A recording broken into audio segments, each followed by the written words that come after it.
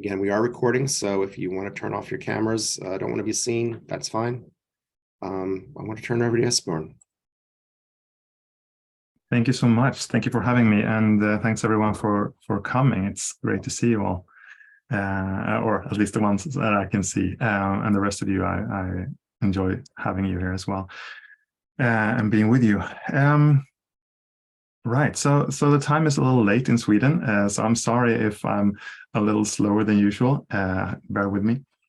And sometimes my English get a little bit stumbling as well. So yeah, bear with me. So I was thinking just before we go on that I should say just a few words about how I'm figuring how this will be tonight.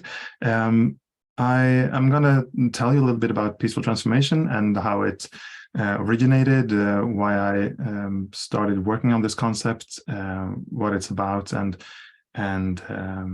how you could go about using it.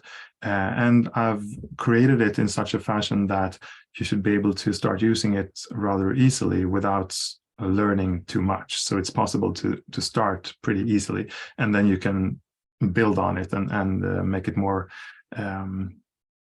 more, I don't know, capable, if you want, if you like. And towards the end, I will tell you a bit about how you could learn more if you like. We will also try to do breakouts with a few of the pieces so that you can work on that, talk about that together a little bit, and hopefully that will lead to you feeling confident about using it if you feel like it resonates with you and your your ways and your challenges and so on. I really hope that we can have a discussion and interaction. So I don't want you to wait until after the session with questions. Please just raise your hand or type something in the chat. I think Ken has promised to keep an eye on that for me if I miss it while I'm talking. But I'd love to hear your thoughts and your questions during as well. If it starts to take too much time, I may park it and we'll take it later. But I love interaction. Yeah, and I thought as just a way of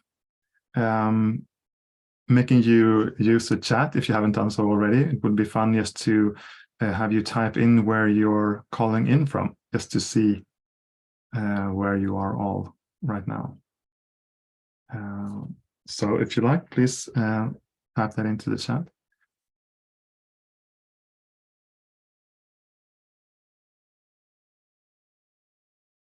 Awesome.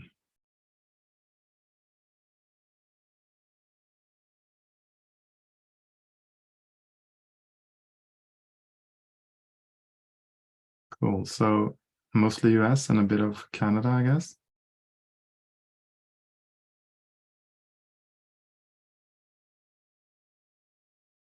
Cool.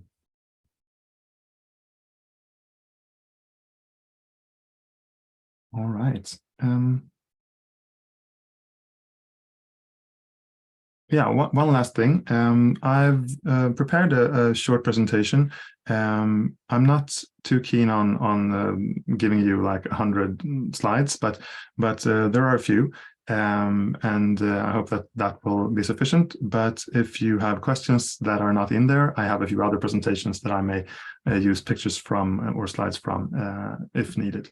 Otherwise, I hope that we will make do with conversation. All right. So is there any thoughts or questions before we start, or should we get into it? Let's dive in it. Cool. All right. Let's see.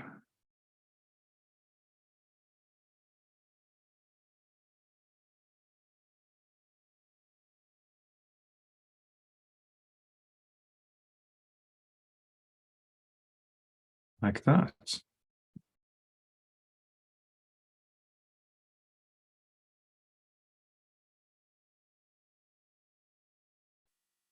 All right, so peaceful transformation and how to successfully catalyze change without power, precision, or permission.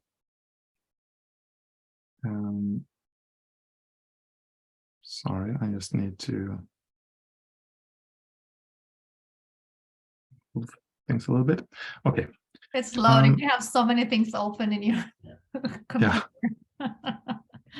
Yeah, and it's always in the wrong place. Okay, so this was me 5 years ago. I don't know if you remember when you used to read under the covers here. Yeah. We are seeing your notes, not the slide. Oh, that's funny. Thank you for saying so. Then I'll try to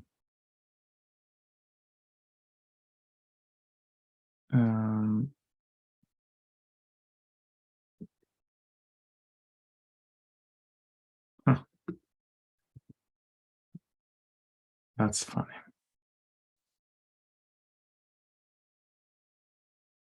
Sorry for this. Too many screens and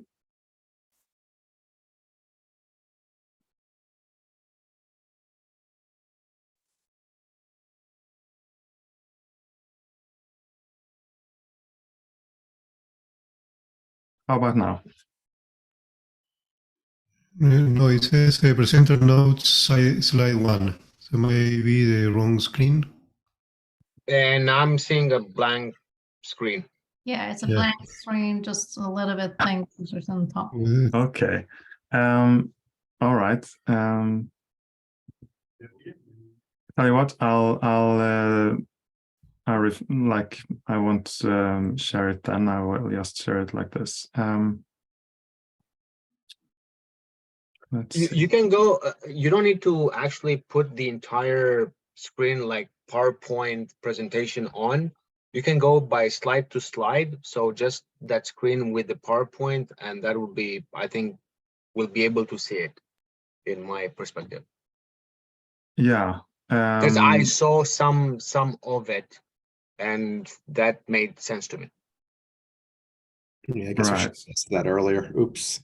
There we go. Yeah. 5 years ago. Now we see your face. I'm sorry. 5 years ago. Okay. Yeah, okay.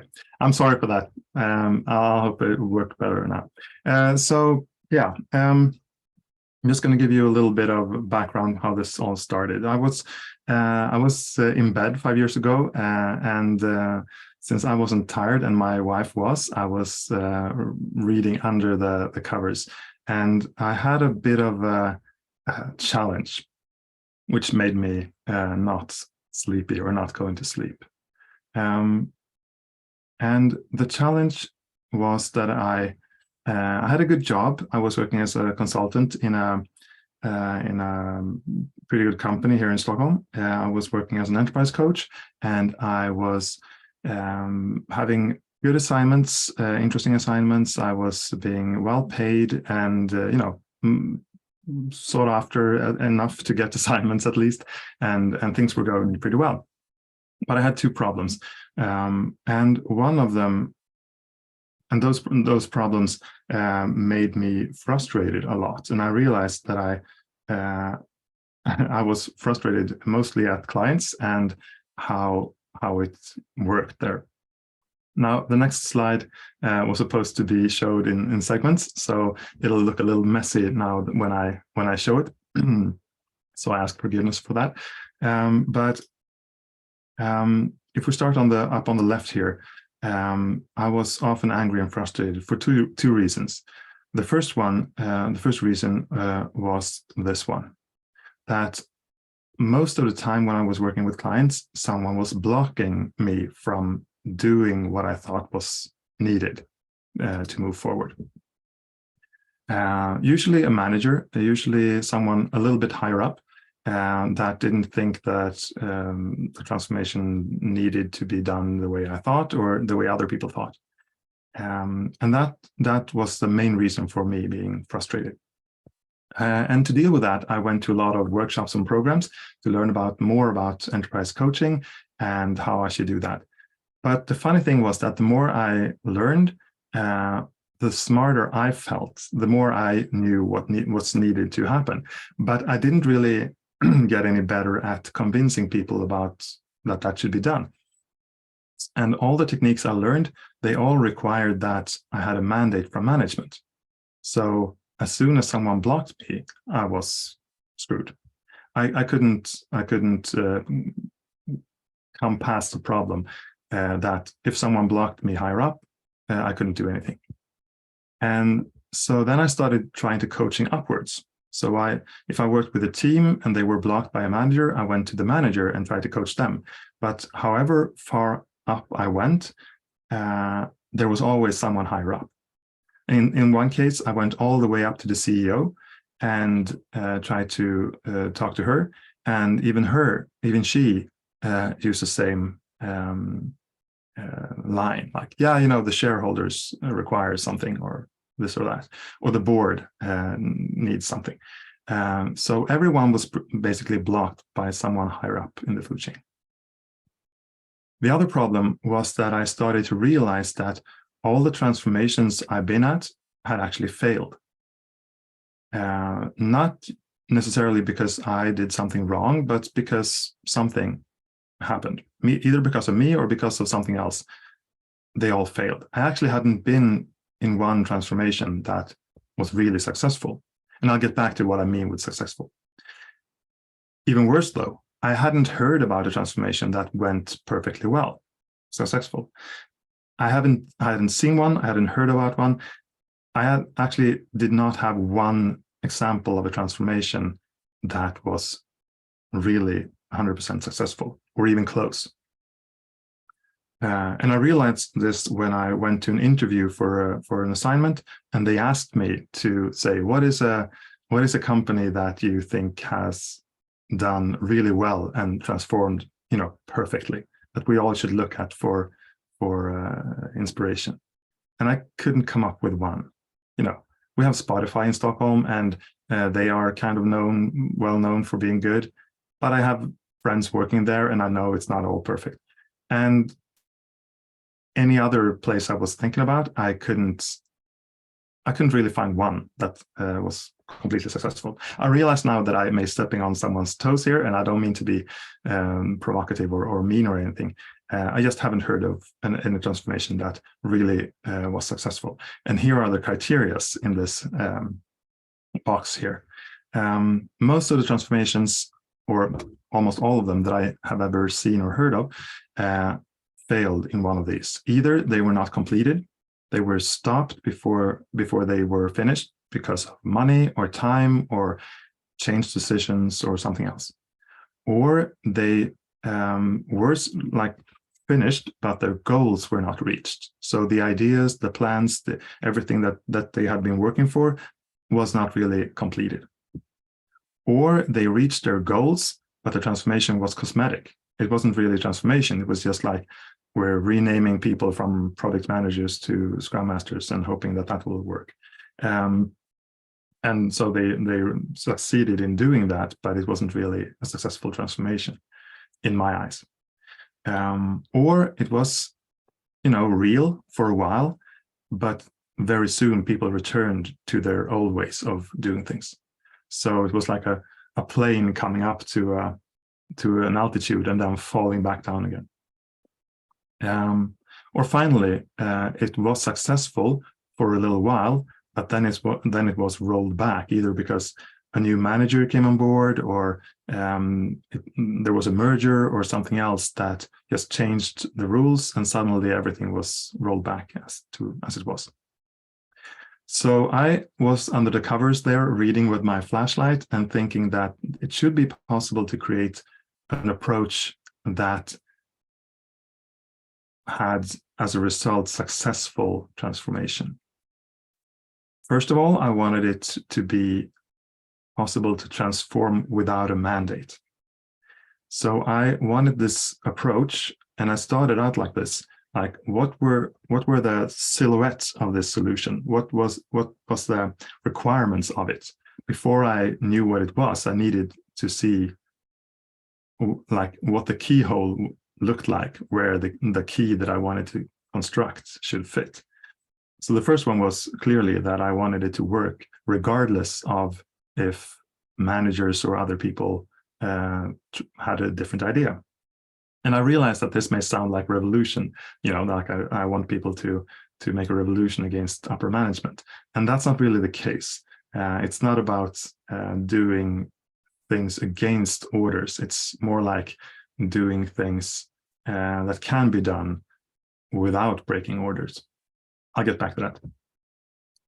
And by the way, when I talk to other people around me, they all seem to have the same problem, that there was always someone else above them that blocked them from doing things that would make the company stronger or more flexible or faster or something. But there were more. So I needed it to be efficient transformation. Since most transformations were, or many were, stopped because they didn't make it on time or on budget, I needed some way to be more efficient when I was doing the transformation. I wanted them to be successful for real, like reaching really good results and outcomes for real. I wanted them to be real, not cosmetic, but create something completely different, an evolutionary step in some sort of direction that was considered good. I wanted them to be lasting, so I wanted people not to fall back to their old ways, but to be not stuck, but really continue on the new path. And I wanted it to be resilient, so that if a new manager came on board and suggested that, let's go back to waterfall, the system just wouldn't have it.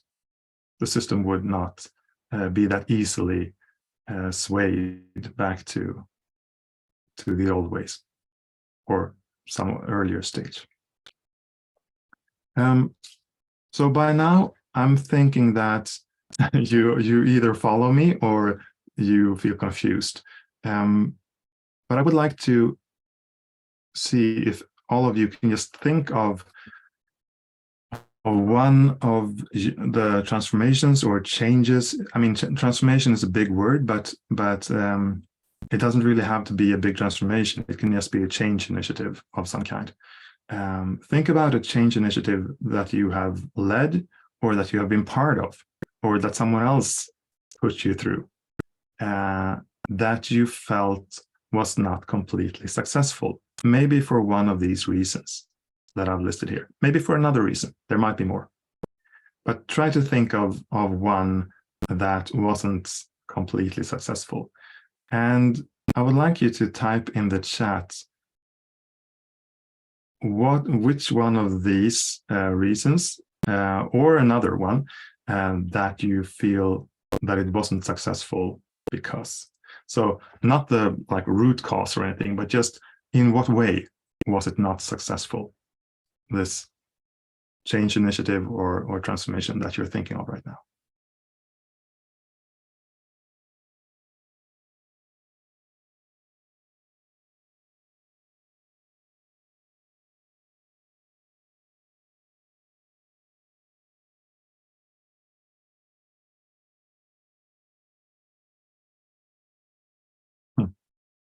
So I see a few cosmetic changes. And I'm sorry to ask this, but No. what do you mean by cosmetic changes or cosmetic transformation? Because that, to me, it does not compute to call it like Okay. this. Like course. I do not see yeah. I can say what I mean. I can't speak for everyone else, but what I mean is something that is called a transformation in the internal politics and communication, but that is really more like a maybe an optimization or something of what people are already doing. So we're calling it a transformation, but what we're doing is actually trying to make people make Scrum better, or renaming things a little bit so that it looks like we are now being more agile, for example, but it's mostly just roles or names or something like that. There could be a whole bunch of things here, but stuff Same that looks thing like with different colors. Yes, you could say that. Thank you very much. Thank you. Right. Great. So I'm not going to go through all of these, but thank you for writing. Thank you for writing so much. My main point here is that you all should have one of these change initiatives or transformations in your head, so that when we get into it, you'll be able to see if this would have done something for your specific transformation. Right. So I'm not gonna go through all the steps I did, but the first thing I did was I started to list things that I thought that you should be able to use to work like this, to work without a mandate, and to create successful transformation efficiently, real transformations, and transformations that lasts and are resilient. And it was a bunch of things, like high and low, big, small, and everything. And then I went to work using them and trying them out, and saw what worked and what didn't. And this is what I'm not going to tell you all about, because it was long and a little bit rough, as it usually is. But what I realized was that there were this peaceful transformation that I came to call it. It has 3 levels, you could say, 3 levels. It's a toolbox level, which is where you have concrete things that you can use on your challenges, on your problems, on your transformation. There's a principles level where there are things that you can use the tools without thinking so much about the principles, but if you use the principles as well, it gets more powerful. And you can also develop your own tools a little bit. And there's a perspectives level beneath that, which is even more powerful if you kind of master it. However, you don't really need that to get started. So I'm going to talk a little bit about the perspectives and a little bit about the principles, and then go mostly into toolbox. And if there are questions about principles and perspectives, we can stay there longer, or we can get back to it after more of the toolbox. I hope that's okay. So to start with the perspectives, this is going to be a little maybe confusing and overwhelming. So if it feels like that, don't feel bad about that, because it takes a while to get into this. And I run a cohort program to dive deeper into this, and there we are discussing each of these boxes much more. But just to give you a little hint, maybe it opens up something for you. So I'm gonna start in the bottom one, evolutionary gardening. So under this umbrella, I've collected out of everything that I came up with, both stuff that I came up with myself, that I've borrowed from other workshops, and that I borrowed from different areas completely. This one is about realizing that transformation is about catalyzing evolution and your capability. And if you can see your work as a transformation agent or transformation coach, as a gardening experience, a lot of things becomes much simpler and easier. So for example, just to take one example, if I want to grow fruit in Sweden, apples are good. Pears are fine. And there's a bunch of other fruits that I can do. Oranges, not so much. The climate just won't have it. Maybe if I have a greenhouse, I can do oranges, but outside it just won't work. And the same, I realized, goes for transformations. Depending on what kind of transformation you want to do, your climate where you are will support it or not, depending on. So some things that is very high in demand, for example, agility, is very possible in some organizations and not possible at all in others. At least not if you want to go all agile, according to the manifesto and everything. Part of it might work, but all of it probably won't. And if you know about that stuff, if you have sort of explored the nature around you before you do stuff, then you are able to foresee that. And the same goes with these other things like the growth zones, the seasons, the weather. I realized that a very common thing, at least here in Stockholm, I don't know if it's the same for you, is that coaches are coming on board when a transformation is about to start or when it has already started. And then they transform the company, or they think they do, and it goes well for a while, and then it starts to go bad. And then most of the coaches leave the organization because they don't think that it's ambitious enough or that it's following the stuff that they have decided and so on. And then they go somewhere else, and the story repeats itself. What happens if you stay in the organization instead? And that's where the seasons come in. What if you don't leave the country when summer is over and go somewhere else? But what if you stay when it's winter? What can you do then? So that's just a few examples of the evolutionary gardening.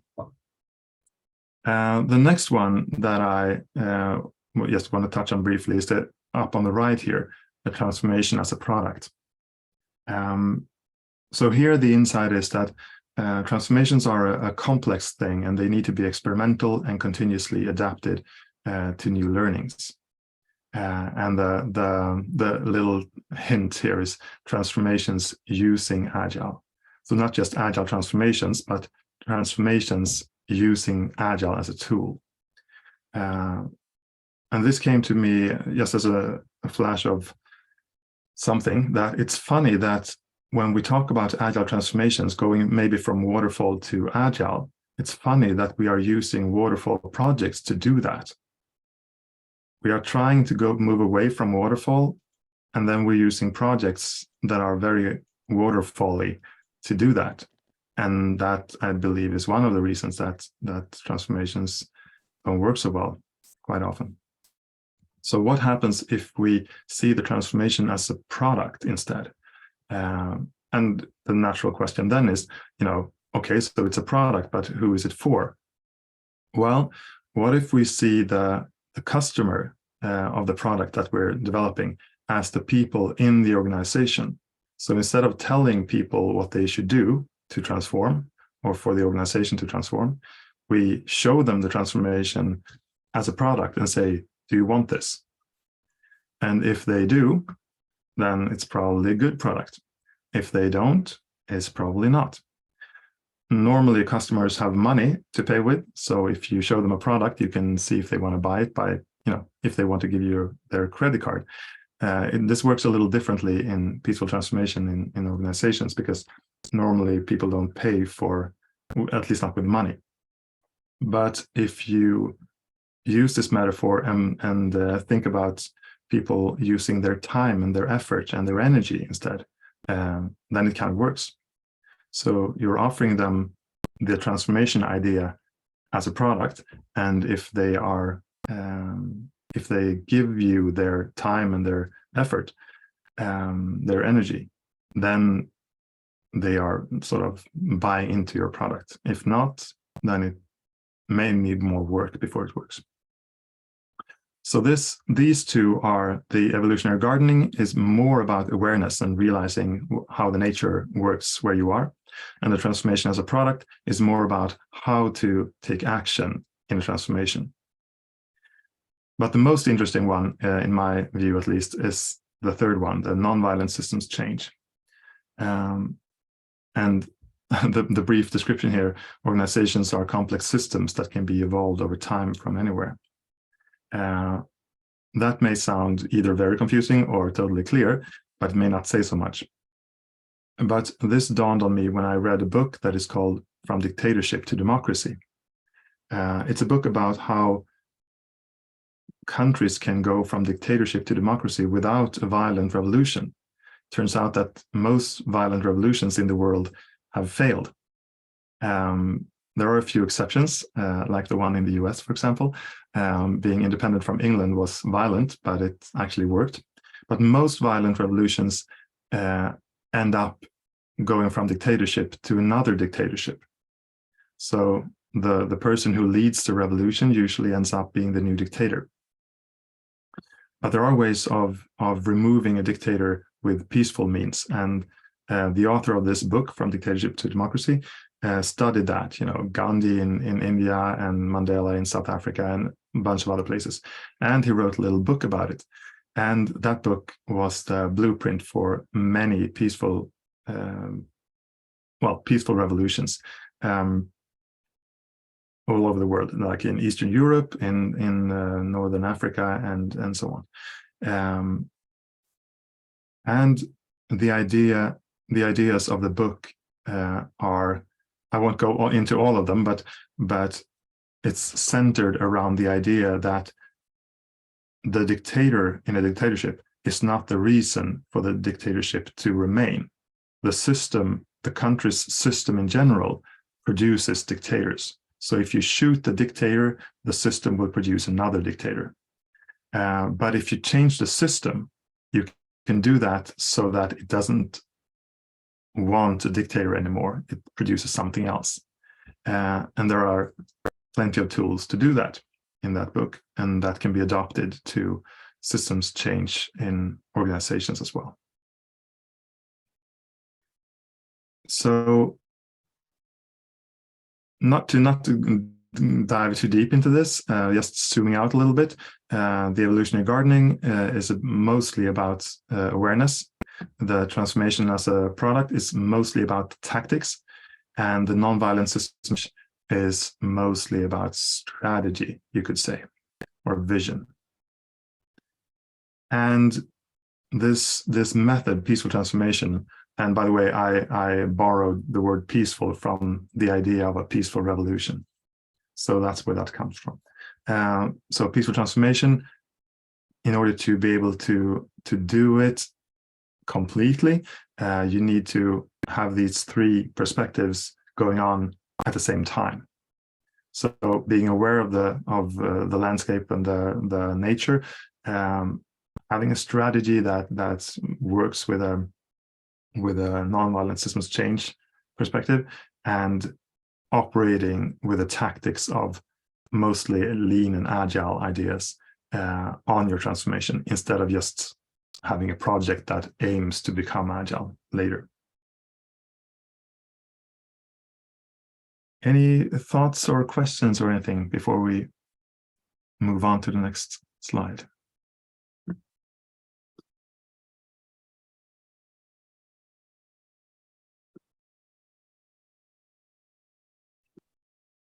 For the transformation as a product, I would say transformation as a potential product, because when we come in, yes, we do want to provide a product, but depending on the environment, depending on the people, depending of everything that is happening, yes, we do provide some expertise, but the end product may be totally different, even though our way is the same from company A to company B, depending on the people, depending on the environment, and depending on so and so on. So that's why I would say transformation as a potential product. Yeah, absolutely. I'm on board with you there. For me, what you're saying is a part of product development. So you could see it as a lean startup kind of thing, that you try a product. If it doesn't work, you pivot in some direction, or you throw it away and make something else. But I think we're aligned in what we're thinking. I agree with what you say. I had just a question, thought, right? And is this a linear approach, or right? It's an iterative approach, right? Is it that right? Like iterative. Venn diagram, right? Maybe, right? You may have elements of all of that, right? But do they work in sequence? or it is an either or among these three? It's all of these three, and these are perspectives, so they're not tools really. They're more like ways to look at a transformation so that you see new things. If you look at transformation as upgrading a machinery, which I think many people do. Like, so the machinery is old, we need to remove some things or build something or change things. Then it makes sense to use a linear waterfall project to do so. Hire the experts, make a plan, and execute. But if you see, I'm with you. I'm with you. No. My point was that, right? Say you may start with, right, a non-violent systems of change, right? Right, but you will need, let's say you come down to the evolutionary gardening as well, right? And then you may develop a transformation product. I'm still at the perspective, but I think what you're saying that is that you will have elements. It's not an either or, right? You may have elements. right, absolutely. Yeah. And sorry for misunderstanding. No. Yeah. I get it. Perfect. Makes sense. It's a little bit like driving a car. You're not either looking outside or on your dashboard. You're doing both at the same time. So definitely, yeah. Thank you. All right, I'll move on, and if there are more questions, we can take them as they come. So these were the three main perspectives. There may be more perspectives, but these are the three ones that I've found so far, and the reason why I've chosen them is that I find that you can't describe one of them using the others. So most of the things that I've found have been possible to put in one of these boxes with a little shoehorning every now and then. But there may be more that I haven't come up with or found just yet. The next one is called, or are the principles, and there are plenty, but I've picked out these 5 because I think they are the most important ones to see in order to get started. So I call them the 5 basic principles. And you may or may not agree with this, and that's fine. But I ask you to sort of consider accepting them just for now. Just pretend that you agree with them just for now, because it makes the tool work. And then you can disagree with me as soon as we have gone through all this. So you can take them in any order, but I'll start in the upper left. So the right transformation is one that is loved by the organization. Adjust your vision accordingly. So if you have a vision for a transformation that the organization does not like, it's often been said that everyone resists change, and you have to sort of force it on people, or how do you deal with resistance and so on. And my response to that is that if your transformation is resisted, it's either not as good as you think, and the organization realizes that. It may look good in theory, but it won't work in practice. And people are very good at realizing when things may not work with them or what they do. Or something else needs to happen first. It may be brilliant, but there may be other steps that needs to happen first. What is the first step? And what is the first step that the organization will like? So I'm going a little bit against here, because some people believe that resistance needs to be overcome or needs to be fought. I'm saying that it doesn't need that. If people are resisting, it's because they either strongly believe that the change will not help them, or they cannot not yet see how it will help them, and then they need something else to be able to see that. All right, so I'm going to go to the upper right then. The best way to make a successful big transformation is to make a series of successful small transformations. And this is for people who likes to do big stuff. And if they are not allowed to do big stuff, they don't do anything, because this thing, whatever it is, needs to be completely done before it works. And if something needs to be completely done before it works, that usually means that it won't work so well, because big stuff that works usually works in small steps too. So if your transformation doesn't work in smaller steps, the whole transformation won't work well either. I'm not saying that this necessarily is a fact, but it seems to be that way everywhere I go. That kind of leads into the middle. So there the principle is start small and evolve while updating your plan and vision as you go. It's been said by someone, I don't remember who, that no big, complex, and good system was ever designed that way. So anything that is big, complex, and working was designed somehow else, and then it was evolved into working like that. If you try to design something big, complex, and working, and do it exactly like that, you will probably realize that it won't work. In the lower left, maybe the most important one from my perspective, your transformation is complete when a critical mass of people believes in it, well, and can't imagine any other way. And there are a bunch of different criteria for when a transformation is complete that I've seen over the years. You know, the project is done, we've spent all the money, everyone has gone to the trainings, a manager decides that it's done now, plenty of different ways. And I think that this one is the only one that I've found, at least, that actually works.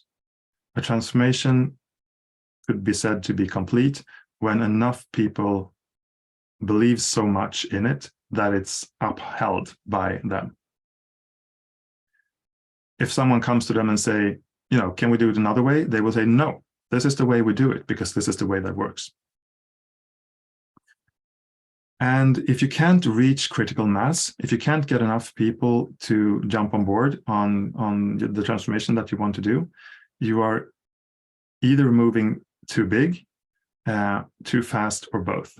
So you either try to make the transformation go too quickly before people are ready to adapt, or you're trying to make a too big jump so that people are not ready to do that. It could work in a smaller way, but it won't work with that big of jump. And finally, down to the right, let your knowledge about your context guide the transformation, and use the transformation to update your knowledge about your context. So instead of having a silver bullet framework that should work everywhere, use, even if it's little knowledge that you have about the context, use that to make the transformation plan adaptive, I guess, to the environment. And then when you try it out, it will not work, and you will learn more about the landscape or more about the environment. So then you can update the transformation again. And if you go back and forth, very soon the transformation will be very powerful compared to if you try to, which many people do, use something that they read in a book or learned in a workshop exactly what to do. And then when the map and reality doesn't really show the same thing, they will stick with the map and try to change reality. It rarely creates successful transformation.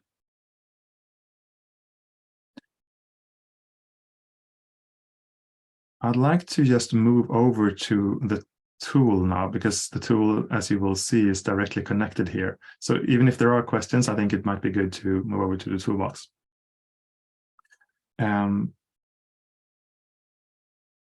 So this is the main tool for this. And I like to point out that this is not a framework or a method, really. It's not something that tells you exactly what to do.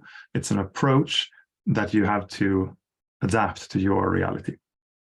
And this is why I asked you to think about a scenario that you have been in and that didn't work so well as you thought it should. So the outer quadrants here, the blue, the pink, the yellow, and the green ones, they are the ones, the main things that you want to try. And then the middle one is sort of the thing that makes all this work. But the outer ones are the places where you want to start.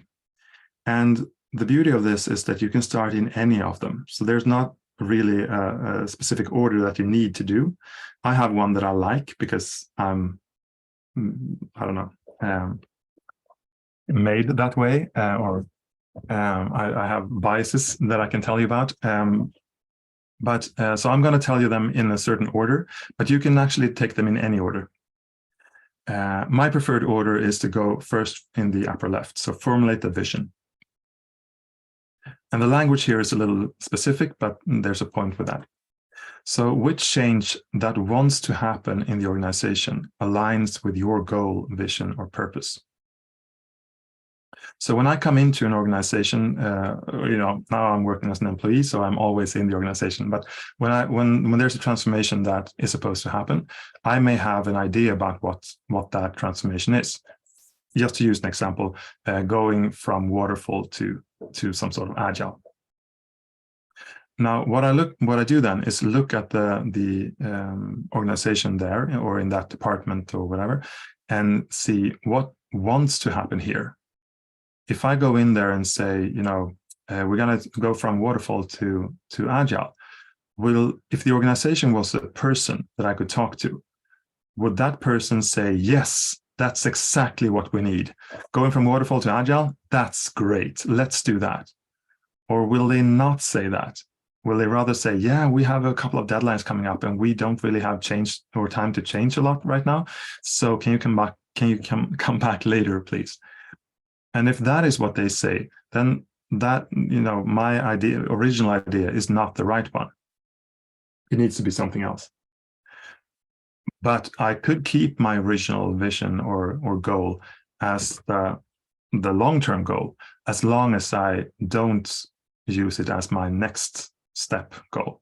I need to come up with something smaller or earlier that needs to happen first. Something that, if the organization was a person, it would be like I'm giving them a hammer and they say, yes, a hammer. That's exactly what I need right now. This is tricky, especially if you're a little bit in love with the idea that you have, which I am a lot of the times. And you still need to let it go and pick something that the organization wants to happen. It's also tricky if you have a manager that tells you what to do and an organization that is not ready for that, or that is in another place than the manager. And there are ways to handle that, but we can talk about that later if we have time. So the next step for me is to go from the blue to the green, so lower right, exploring the landscape. So what I do then is to look at the environment, look at the organization, and say, what here will support me in doing the transformation that I want to do? And what will work against me?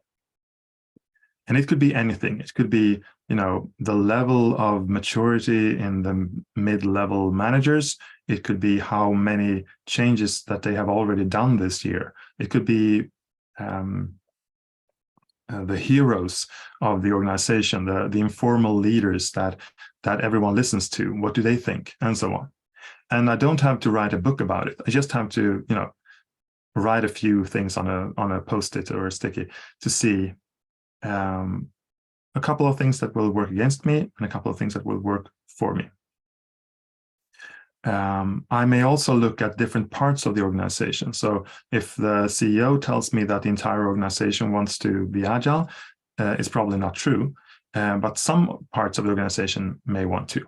So I may make a smaller part of the landscape my area of work, and then I can come back to the other area later when they have been maybe more inspired or more motivated to move in that direction. So it's not just about understanding the landscape, it's also about seeing the different parts of the landscape and see where my path may be easier and where it might be harder. After that, I'm usually going to the lower left, the yellow area, and there I'm identifying my allies. Again, maybe the most important part. Because as I said before, one of the principles is that the transformation is complete when I have a critical mass of people believing in it. And according to another principle, if I want something big to happen, it needs to work in the small. So the first thing I want to do after having a vision and exploring the landscape is to find a few people that believe what I have, my vision, or my purpose, or what I want to do. So when I tell people about the change idea that I have, who are the people who appreciates the idea? They are my supporters. They will clap for me when I work. And who wants to make it happen? Who wants to help working with it, making it real? Those are my allies. And it's the allies that will make this thing happen. The supporters will be good, because it's always good to get, inspiration and appreciation, but they won't be in the mud with me and make this thing happen. So I need the allies. And it doesn't have to be a lot of people. It can be a few in the beginning. Depending on what it is, it can be 1, 2, 3 people that will form my little group of allies. If I can't find anyone, not one single ally, then I'm either not presenting my idea in a good way, or it's not that good, or I need to widen it a little bit so that people can see that even if they don't agree with me completely, their idea aligns with enough so that we can work together. If they support me, their own ideas will be supported too. And one more thing. These are the supporters. They like my idea. These are the allies. They want to work with me to make it happen. What about the others, the ones who are not supporters and who are not allies? In my perspective, or from my perspective, they are allies to be. They're not my enemies. They are just not my allies yet. And this is an important point taken from the book that I mentioned earlier, From Dictatorship to Democracy. The population consists of your allies and of the people who have yet to decide to support you. That means that I'm treating everyone as nice as I can, and I start fights with no one. If people are starting fights with me, I'm walking away and spending my time with my allies, and hoping that the people that I was nice to, even though they were maybe not so nice to me, will realize something and be my allies later. And finally, I go to the upper right to act experimentally. And this is here, the wording is kind of important. So which small experiment can be done within the week? And here within the week is a little bit, it doesn't have to be within the week necessarily, but a short time frame. It can lead to success or learnings, meaning that it will either take me closer to the transformational goal or vision, or it will teach me something about that. It can be done using my allies, meaning that it should be done with people who want to do this. It should not be people that I have ordered to do this. And there's a reason for that, and we'll come back to it just when I'm done with this box. It should test one of my hypotheses. And it should be done without asking permissions. So the first two ones, I think, may be self-explanatory, but why does it have to be done with allies? If I have 5 allies and a bunch of other people that I can order around, why not use all of them? Well, you may have to do that sometimes, but why you should try to work with mostly your allies is that your allies will tell you when you're going in the wrong direction. So if they don't believe in you anymore, they will say, hey, I don't like this. I don't think that we're going in the right direction. So the vision that you had from the beginning, we're leaving that now. I don't agree with this anymore. And then you know that you need to have a discussion and you need to see what happened. The people that you order around because they have to do what you say, they won't say that. They will just follow you and do whatever you say. And it's important to have people around you that will tell you when they don't believe in it anymore. And again, because, why? Because it's when you have enough critical mass of allies that the transformation is really working. So if you have forced people to do what you say, they're not really your allies, and the transformation won't be complete. You should use this to test one of your hypotheses. This is one of the most common mistakes I see managers do. And that is to believe that their decisions are anything else than hypotheses and experiments. So instead of checking what happens with their decisions when they experiment with them or when they tell people about them, they believe that when they make a decision, that is like stone or iron. But it's just an experiment. And what happens when they don't check for the evaluation of the experiment is that, well, they know less. So everything that you have in your vision or your goal is a hypothesis or several, and your experiments should try to test them, just like when you do with a product development. You believe that the customer will like a certain product, but you don't know until you've tried it and tested it. And finally, this experiment should be done without asking permission. Maybe the most important word here in this box. It's very easy to think that you need to do something and you should just ask your manager for permission before you do it. But if you do that, that means that, and even if you get the permission, that means that the manager can also take it away later. So it's better if you do something small enough, just small enough, so that you don't have to ask permission, so that it's within your realm of approval or the frame that you can work within. Now, it may happen that when you do this experiment, you will learn a bunch of different things. You can learn something about your vision, for example, that it may need to be bigger or smaller.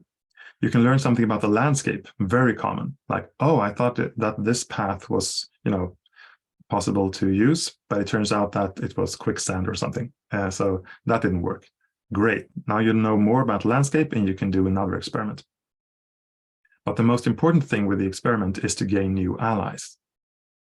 So by doing an experiment, you can gain more allies, and by gaining more allies, you can maybe next time make a bigger experiment because you have more allies that want to work with you. Sometimes your manager becomes your ally because your manager realizes that oh, this is really good when they see your experiment. But it's not, you should not be dependent on the manager's approval, but rather use that person as an ally to help you with the work. This is a bit of a distinction, but it's quite important. Most people think that they have to ask permission to do something meaningful, but that's just a question of making their transformation a little bit smaller so they don't have to ask permission. And finally, the last box in the middle is maybe a simple one, but I think it's needed anyway. As soon as one of these boxes or quadrants are updated, look at the other ones and see what it makes with that. If you realize that the landscape is tougher than you thought, what does that make with the vision? Do you really think that the same thing that you wanted, that you thought that the organization wanted to happen, that is the same thing now that you know that everyone in the organization hates Agile? Or do you maybe have to change your goals a little bit now that you know that? If you can't find one ally, maybe that says something about the landscape, and so on. So as soon as you change one of these, look at what that does to the others. Yes, Bjorn. Yes. This is a question from a while back, and I'm not sure whether you need it, whether you feel it's been answered or not, but you need to ask, when you say the organization needs to love the transformation, you need the leadership or most of the staff that works in the organization? Sorry, can you say that again? Yeah. When you say the organization needs to love the transformation, you mean the leadership or most of the staff that works in the organization? Yeah, good question. So I mean the entire organization, or the part of the organization where you choose to operate. So sometimes I realize that this entire organization is not ready for this Agile transformation, for example, but the IT department and the consumer department and one more, they are. So I could start there and make that work, and then I can make the other ones sort of be supporters or come on a little later. And then the entire organization doesn't need to love it, but the areas where I choose to work, they need to do it. Now, of course, everyone in that organization or part of the organization won't love it, because there are always, it's like a bell curve. There are people who really love it, there are people who are accepting it, and then there are people who don't care for it or really hate it. But the point of gravity needs to be in a liking place. And if I can't find a point of gravity that likes the transformation, then I'm probably too early. Either maybe I need to find a smaller space where people actually like it, or I may have to do some other type of transformation first. Maybe they need to be better at waterfall before they realize that, oh, agile is kind of cool. Maybe they need some other step that they will love before they are ready to love the transformation that I am pushing on them. I'm not sure if I answered the question. The person who wrote it, can you say if that was a good answer or not? Yeah, Anita, are you good? You can either send it via chat or just take yourself off mute. Yeah, okay, good. But to be clear, since the question was about leaders or organization, not just leaders, that is way too narrow. It needs to be everyone that are included in the change. Again, the point of gravity. So let's say in a team, for example, a team of 7 people, I need at least 4 that likes the idea. If I have a majority against me, I will go for something less progressive or less challenging, that I can get at least 4 of them to say that they like to go in that direction. Yeah, and if I can chime in here, I think it's Sure. it's very critical, just as you said, yeah, your team, your people you have, but also buy-in from stakeholders is a must. Otherwise, you cannot really just go with the small team all over the place and just not having the rest of the company or organization just buy-in. It's impossible. So I think even it's more important than having a team is having the business buy-in and have an ally from them to have that big support and move forward. Yeah, that is, I both agree with you, and I would like to adjust what you were saying a little bit or tweak it a little bit. It's certainly awesome if you have allies in a lot of different places. And actually a part of the nonviolent system change perspective is that you should try to have allies all over the place, because you never know when you can use one of them to plant a seed somewhere or to get support somewhere. But not having allies among the stakeholders is not, for example, is not necessarily a deal breaker. It just makes the landscape so much tougher. So let's use that as an example. You come into, or you are in an organization where your teams are on board, but your stakeholders and other managers and people around are not on board. They're not impressed. They're not interested in this transformation and so on. Then that makes it for a very tough landscape, and that may make you want to change the vision to something much more. I was going to say diplomatic, but much more a lower aspiration than you would otherwise do. And your experiments will have to be quite small if you're going to be able to do it without asking anyone for permission. So it may be, the teams making something, a demo or something like that, that you can show to stakeholders to make some of them a bit more warm to your idea. Maybe going from non-interested to supporter. I mean, it's not enough to get an ally, but it's better than nothing. And so the tougher the landscape, the lower your ambition can be, and you need to work more to move forward. But it's not impossible. It's like it's tougher to introduce democracy in Russia than it is in Turkey. I mean, both of them are kind of tough, but Russia is probably tougher, but not impossible, because there's still people there, and you know, sooner or later, it's just a matter of what your ambition can be. And again, this is just my opinion. Thank you very much for the comment. I think it's very valid.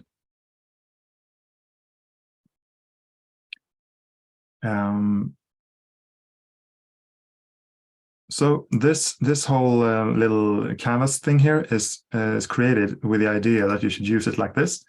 You should be able to use stickies and put them in each field here, because my problem with canvases are that once you've written something on them, you don't want to change it. And here the whole idea is that what you write in each of these quadrants should constantly change. If you haven't changed it for a while, it should probably change just because of that. Because as soon as you do something somewhere, it changes the whole game. So the idea is to either remove the stickies or just put new ones on top of the old ones, so that you can make this canvas evolve while you work. When I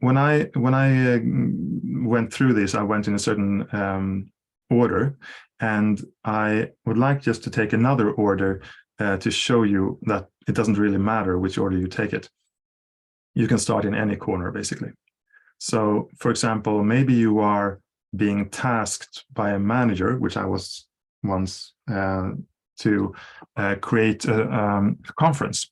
So there should be a conference in 6 months or a few months where everyone is invited, and we should make it about how we can become a better department. So I was very much stuck over here in the experiment side, because I decided to turn it into an experiment. So I guessed a little bit about the other boxes, but I basically had to write something here. So I would write, conference to make us better.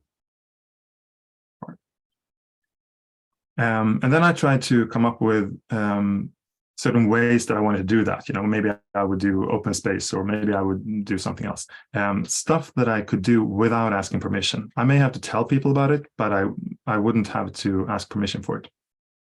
And then we did this whole conference. And during the conference, I made sure that I took note about how it worked. What happened? What could I learn about the landscape? Which part of the department was really interested in this, and which part of the department was not interested? Where did it work well and not, and so on? Who were the allies? Who were the people that came up to me afterwards and said, this was really interesting, open space, that's really cool. How can I learn more? Can I help out? Can we do more of that? Can we use it every week?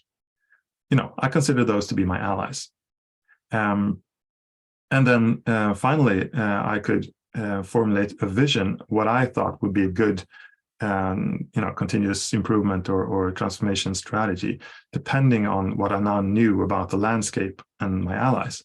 And then I iterated it and came up with a new experiment, which was, a monthly thing that was much smaller than the conference, but that worked with the same principles. And now I had a few allies that could help me out with that. So just an example of how I could think about it instead of the way I presented it in the beginning. If you are more interested in the landscape, you could do a study of the landscape first and really go into that. And then when you know the landscape, then you can decide, what kind of vision can I have here? Where are my allies? And what experiment do I want to make? And if you are more of a people person, maybe you are, befriending people in the organization first. So people that seem to like you and you like them for their thoughts, their ideas, everything. And then once you have your allies, then you go into, what should our vision be? Or what experiment do we want to do? Or what can you tell me? What can we tell ourselves collectively about the landscape? So you can basically start in each of these corners and then fill out the rest.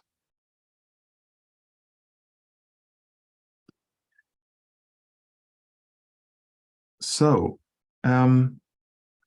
think about if there are any immediate questions or comments or anything while I ask Ken, how much time do we have now?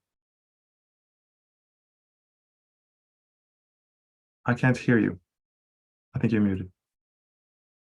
Had to happen at least once. Yeah, we generally try to end around like 8:25, 8:27 or so to kind of wrap up. So we've got I guess that gives us that's our time, not yours. So it gives us about another 35 minutes or so. Okay, cool. So we can either go into breakouts, and we won't, I think we won't be able to do as many as we thought, because I obviously talked for too long. But we can do a breakout in smaller groups where you can compare the scenarios that you thought about before, and see what happens if you try to think about them in the shape of these quadrants or these boxes, and then share with the rest of the group what insight you gain from that.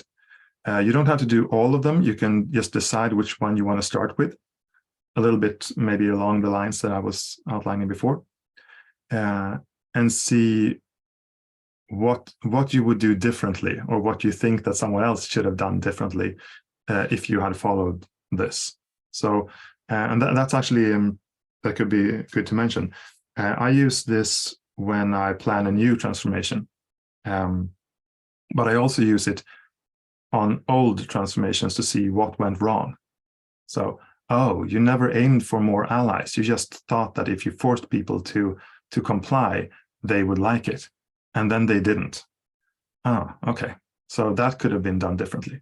Or you didn't care about the landscape. You just thought that safe would work because it's everyone loves it, and it didn't. Okay, interesting. So you can use this both as a tool to diagnose why something went wrong, and you can use it when you plan forward and go ahead. You can also actually use it if you're in the middle of a transformation and you want to do it a little bit more in this direction. You can add a little bit of this to probably make it stronger and better. So my suggestion is that we go out for like 10 minutes and in groups of, like we said before, like 4 or 3, and Yeah, I've got like see 4 what happens. 4 or 5 if that works. Yeah, perfect. 2 person of 5. That's fine. And just see what happens if you put this on top of your scenario or your situation that you thought about before, and see if something new comes up. Share that with the rest of the people in the group, and then we'll see what has come up when we come back. And then I think we'll have a little bit of time for discussion or questions afterwards as well. Okay, so we're saying 10 minutes? Yeah. Okay. I'll open the rooms and now. You could do a screenshot of this, but I can also put a PDF in the chat.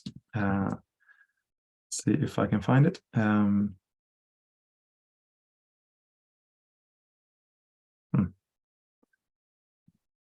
Harder than I thought. Okay, there it is. Okay. Apparently I can't do that. So make a screenshot of this if you want to have it with you. Okay, I'll start the breakout rooms now, if that's all right. Talk to you folks in about 10 minutes. See you then.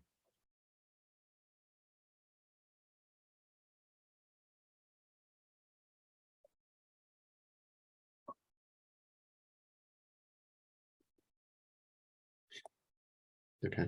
Unfortunately, honestly, I've not been paying too much attention to the conversation because I've been too busy trying to manage the rooms and people that were coming in late and all sorts of things. So, but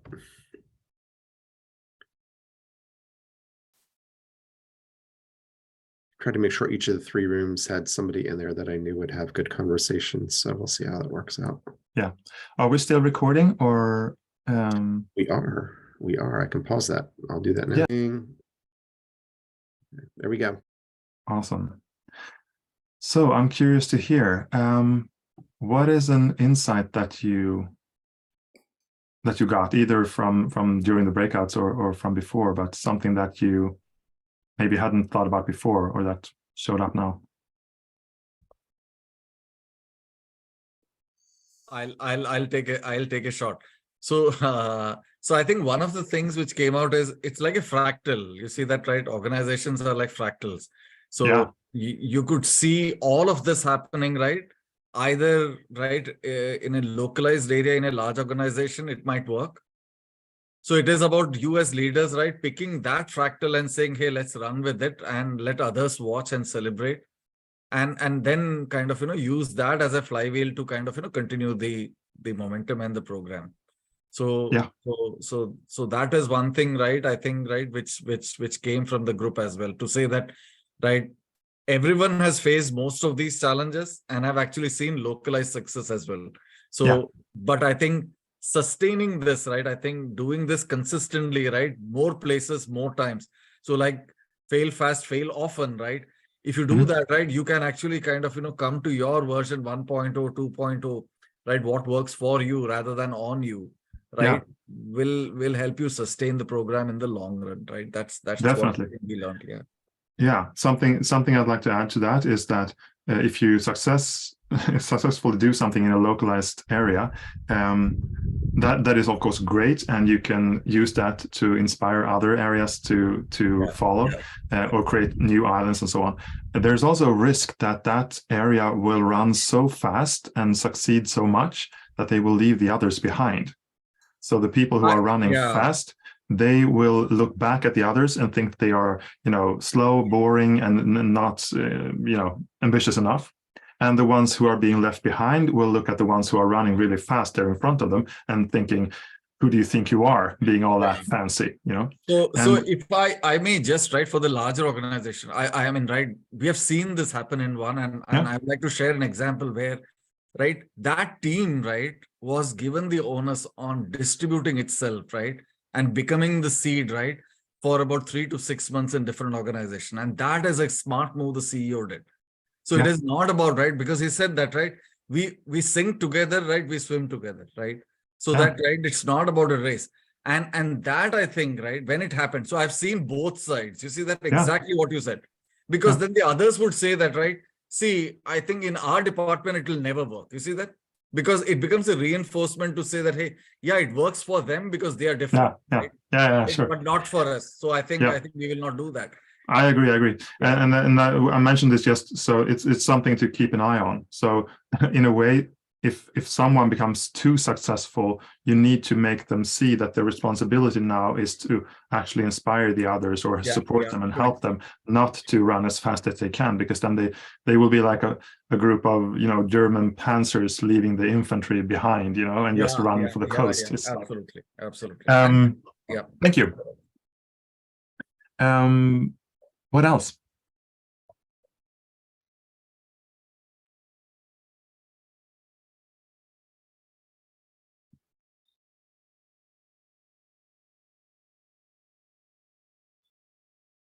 Who else has input? What else did you experience in the breakout rooms? Who else has a thought?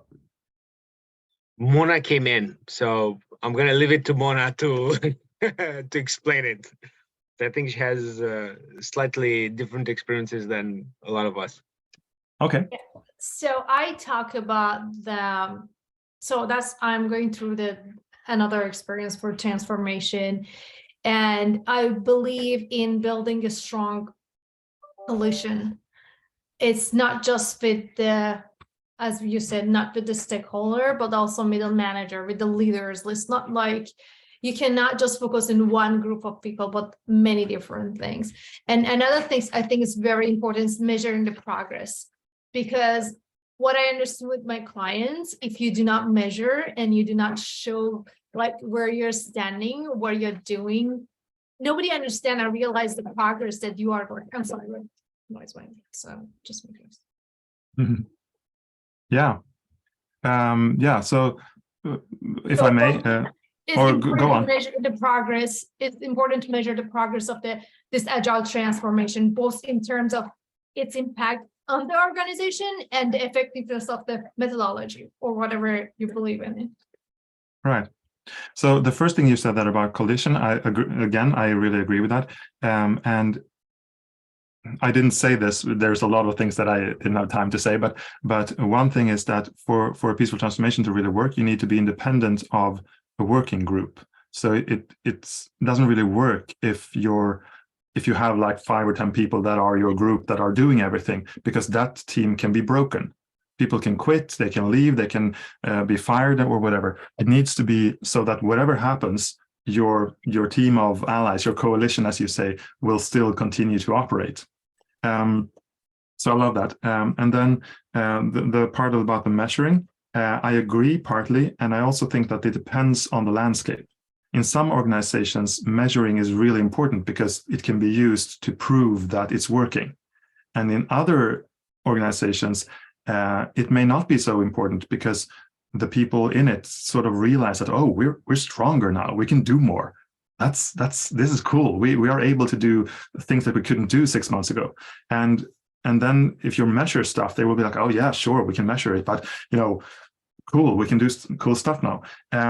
And so that's part of exploring the landscape and realizing what is important in this one. And I agree with you that you're probably in an organization where it's really important. Most organizations are probably like that. But it's a ladder, I think. If I can just add, right, building on Mona, right, I feel that, right, measuring for success, right, I think is critical. And where, to your point, right, Esbon, that I would say that there are hard and soft metrics. You see that sometimes, right, looking at soft metrics actually helps. So like an example, right, where we did was, right, number of ideas generated, right?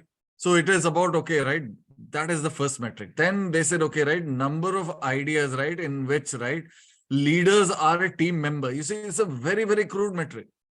So because if you have a CEO in a small team, right, by default, right, he becomes the leader. But the CEO said that, right, I want my senior teams to say, okay, right, and how many team projects, right, you are actually the team member and somebody junior is the team lead. So they decided, right, soft metrics, right, and there was another bank, an example was that I think they used the number of dog treats, right, distributed, right, in the branch. That was seen as a measurement. So it depends on, right, because then you can actually see progress, and sometimes, right, some teams may be making marginal progress, but they know we are getting there, and help and support can be given. So it helps, but it is not super critical. But right, you can change the, right, you should measure for success, but the hard and soft metrics could be kind of balanced out. That might absolutely be. Yeah. There's also a point in looking at leading and lagging KPIs. Yeah, so absolutely. Absolutely. I mean, if you have a long lead time, then the leading KPIs are more important, because you at least you believe that if you're doing good in them, it will be good in the end. But the shorter periods of time that you can do, or shorter iterations you can do, you can actually move to looking at the lagging KPIs instead. And that works for transformations too. So, some of those KPIs may be useful for a while, but when you are getting the iterations to be small enough, you can start to look at, are we actually better now than we were a few weeks ago? Yeah. I'm with you. Good then. Absolutely. And I can understand your constraint also, right? If you were to take a session on metrics alone, right, that itself. Yeah, sure. 2 hours, right? I know. Yeah. Good. Great. Thank you. And I saw the article you linked to, Mona. I will certainly look into that more. It actually made me think something that I didn't mention before, and that I could end with, but maybe there's someone else who wants to share some insight or something first. Yeah, who else would like to share what they discovered or thought about in relation to this?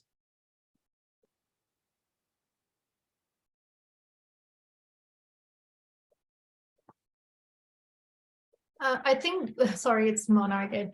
Yeah, go ahead. I really loved about the way that this approach is about non-violence and how this dictatorship and the democracy can really impact, because basically we don't really think about that, especially as agile culture transformation. I know it's recorded, that's fine. I will change my mind from today moving forward. But I think it's something that we don't have this conversation really before. Okay, it's non-violence, it's violence. People are accepting. No, we know that this is a resistance, helping other people understand the change and all of those things. But again, as you said, it's just another way of working, and people just frustrated.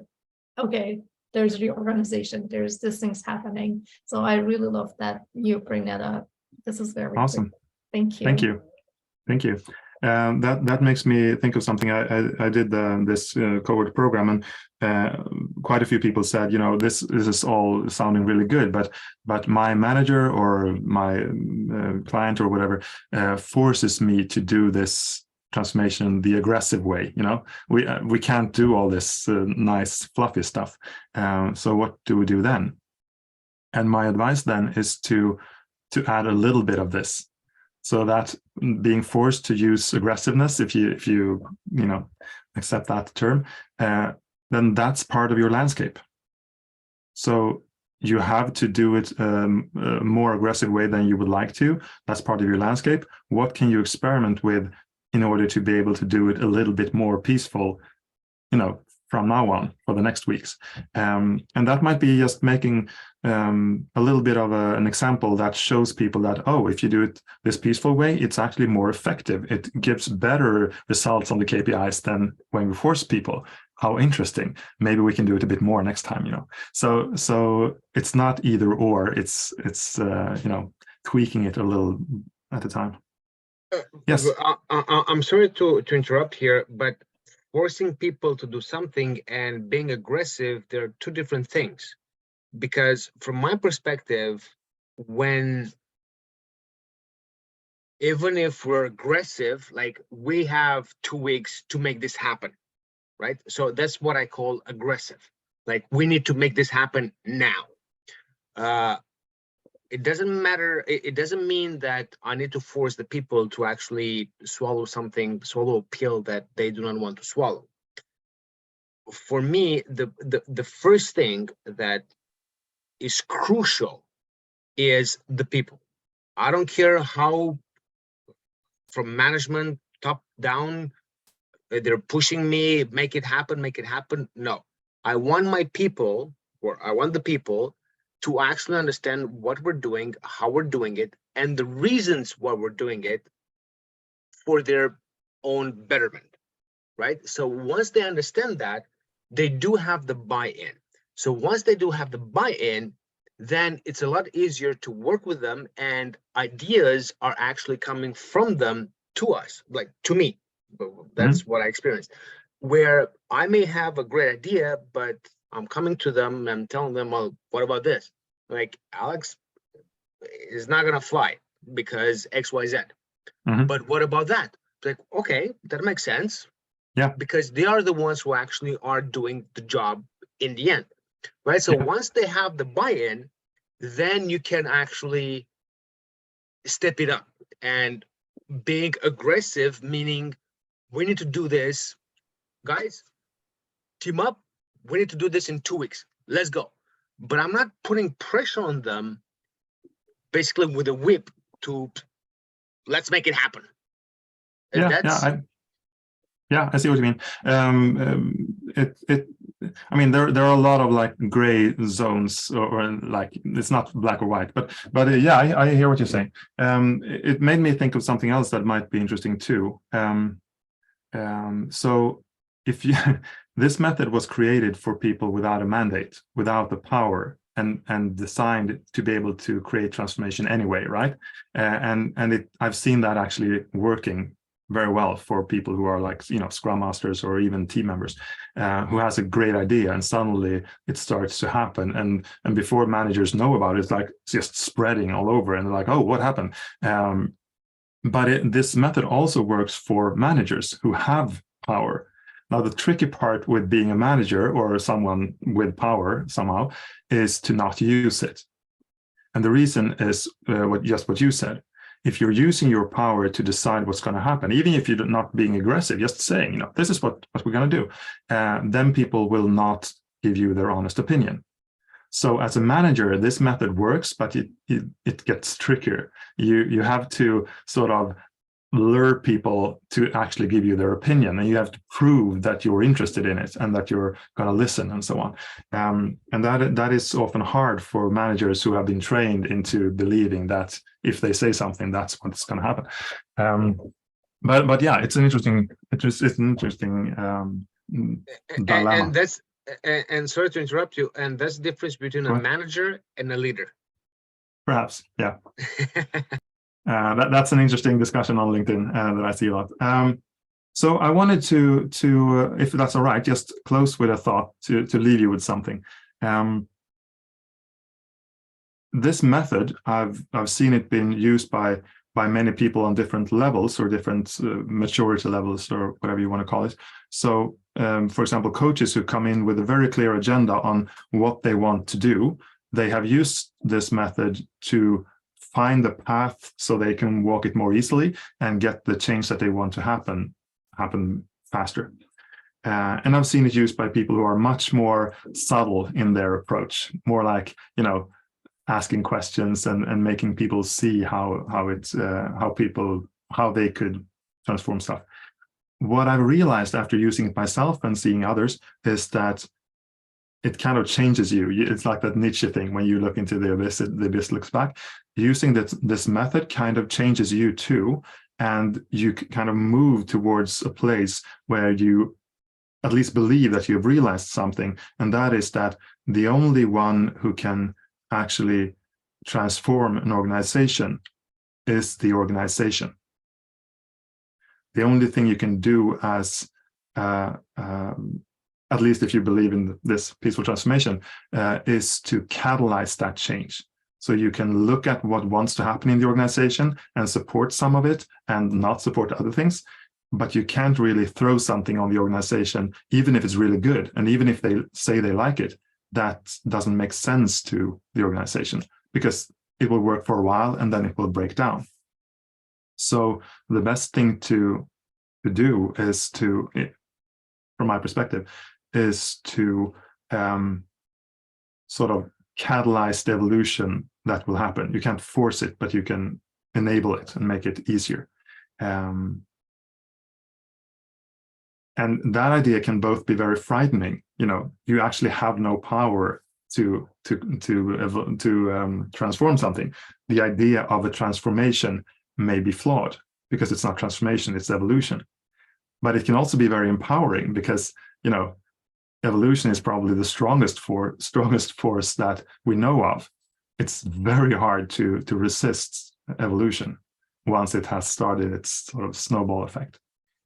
And if you have it on your side, if you can surf it, it can probably break down anything that stands in its way. So I find that more hopeful than scary. Anyway, that was the last thought I had. And I hope that you enjoyed this. Well, one more thing. If you're interested in participating and getting more of the tool and the perspectives, then I do these coach programs. I don't have anyone planned just now, but if you would like to get an email when I do, then please, well, if you send your email to Ken, I guess, might be a good way, or to me privately, so you don't have to write it publicly. I'd be happy to. Right. Yeah, or just add me on LinkedIn. Yeah. Yep. that may be the easiest way. Let's do that instead. If you add me on LinkedIn, you will be able to see when I post about it there. Thank you. I think we have time for one or two questions. Does anybody have awesome questions? If there are any. Yes, we are. Yeah. Yes. So another form of non-violent transformation that I saw earlier was by Dan Messick, what he calls it the invitation, change by invitation.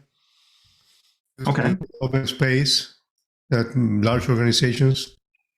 I wonder how that will be seen with the lens of this framework. I don't know if you have ever seen it. I personally haven't, but I've seen. I haven't heard about that particular. I heard you say open space. I'm familiar with that, but I'm not sure about the change by invitation, was it? Yeah. So basically, he proposes to send an invitation, explaining what's the vision for what they want to achieve, and having people who show up.